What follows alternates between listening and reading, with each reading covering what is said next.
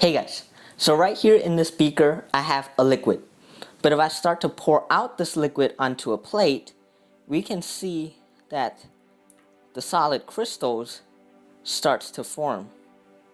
Wow, this is awesome. Now this is known as hot ice, and even though that this is pretty hot and very exothermic, this isn't exactly water. Now learning about this solution teaches us some very cool principles of chemistry. This is a supersaturated solution of sodium acetate, and supersaturation is awesome. In fact, you've probably experienced supersaturation before when mixing sugar and water. You'll notice that sometimes even if you stir a bunch, you'll still have some powder left at the bottom. That means that the solution you've made is saturated and the water cannot hold any more dissolved sugar. So every substance has a different solubility. For sugar, 179 grams can dissolve in 100 milliliters of water at 20 degrees Celsius, or room temperature. However, it's possible to increase that solubility by heating that water up. So at 100 degrees Celsius, 487 grams of sugar can dissolve, which is more than double that in room temperature.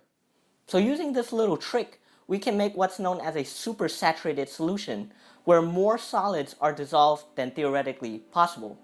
So right here in this beaker, I have 160 grams of sodium acetate, and I'm going to add 30 milliliters of water to it.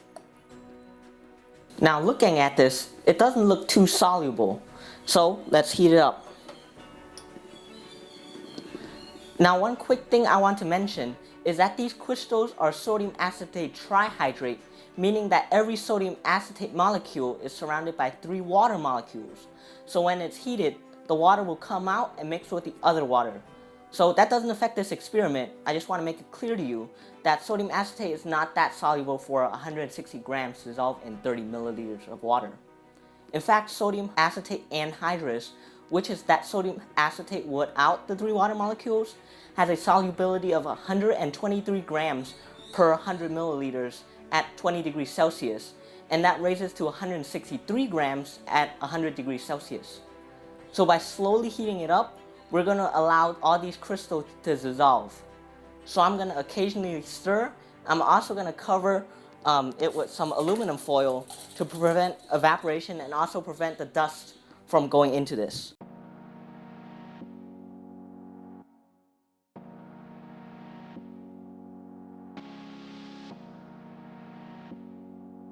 So our sodium acetate solution is complete and our crystals are dissolved. But in order to make it supersaturated, we're going to need to cool our solution back down to room temperature. We can do this with the help of some ice water. So I'm going to put it in here and we're going to let it rest and cool off. And once it cools back down to room temperature, then we'll be set. So our sodium acetate solution has now cooled back to room temperature, which means that I am holding a supersaturated solution. Now the only reason that this solution hasn't gotten back to its crystal form is because the sodium acetate needs a nucleation site to start a crystal chain reaction. So in this plate right here, I have tiny pieces of crystal, and it will allow for many crystals to form once I pour this liquid. So let's make another tower. Wow. This never gets old. And I can pour it really fast too. And still makes a little tower of sodium acetate. Now, in addition to making these crystal towers, you can even put your entire hand in a solution of sodium acetate as long as you have a few tiny pieces of sodium acetate on your fingers. However, if you try this at home, you'll notice that it's extremely hot. It's almost unbearably hot. That's because the reaction is very exothermic.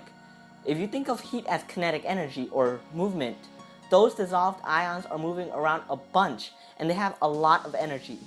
However, when they're quickly put back together in this neat and orderly crystal, they move a lot less. And all of this energy has to go somewhere, and it's released as heat, which is why it's named hot ice. Thanks for watching this video. I hope you enjoyed it. If you did, don't forget to subscribe if you haven't yet, or hit the bell to be notified when I release my latest video. And I'll see you next time.